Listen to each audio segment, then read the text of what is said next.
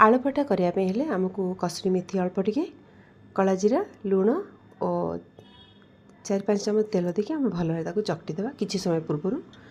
तापर ये देखो मु धनिया पत्र और पुदीना पत्र टमाटर सब काटिक रखी यहाँ अलग अलग चटनी हे आलू बॉयल होता आलू को मु मेसर साइज टे भल भाव मेस करदे चिकन भाव में मेस करवा कारण ना चकटिवा ताकू ना पराठार दाना दाना होकर रहीगले पराठाटा आमर कणा हो भल हेनी ग्राइंडर जार मु पुदीना पत्र रखिली गोटे कंचा लंका गोटे सुखिला लंका आंब कषि अदा निहाती भाव देवा ए तेंतुली देवा और गुड़ देवा लुण देवा स्वाद अनुसार जीरा देवा गोटे चमच गोटा जीरा ताकू चिकन कर बाटिदेवा या चिकन कर बाटिवा देखंतु पुणी एपटे धनिया पत्र टमाटो कंचा लंका 2टा लुण टिके या पुणी मु अलग चटनी करुँची एटा भी मोर ग्राइंडिंग हो गलानी देखंतु धनिया पत्र चटनी पुदीना पत्र चटनी अलग अलग रखी गोटे मीठा खट्टा मीठा गोटे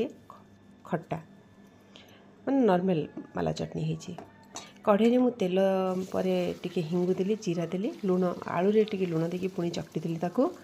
पुणी एठी आमे आलू को देदेवा से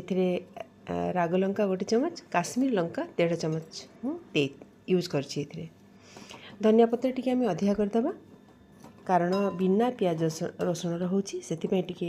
सब जिनस को आमको जगी रखी केमती टेस्ट भल लगे करने माने हेब यहाँ हूँ जीरा धनिया और पान मधुर भाजिकी मुझे बाटिकी रखी से 2 चामच ऐड कली पतला पतला आम रुटी करवा पूरा पतला करवा से आलू को भल भाव देखिए स्प्रेड करदे सबुआड़े तापर आ गोटे रुटी रखिकी आम चामच साहाय्य साइड साइड आम टे चापिदेवा ताहले कौन हम ना आलूटा बाहर आउ मझे भी तार प्रेसर किसी पड़ोनी रुटीर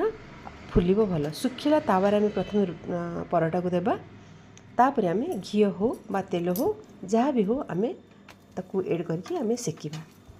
आलू पराठा जेहेतु कि शीत दिन आलू पराठा बढ़िया लगे खायापी आउपरी भाव कले बेसी भल लगे पराठा कारण आलूटा चारिपटे स्प्रेड होकर रही था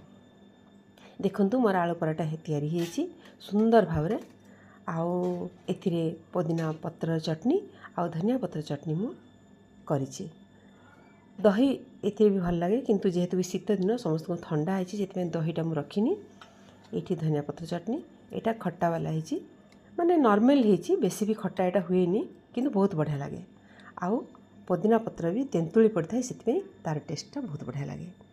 एपरी भाव में करंतु खातु और खुआतु देखो मझीरू आप जो साइड्रु बाहर करेंगे आलूटा से साइड्रु सुंदर भाव में स्प्रेड होता कारण भल लगे रखुची नमस्कार।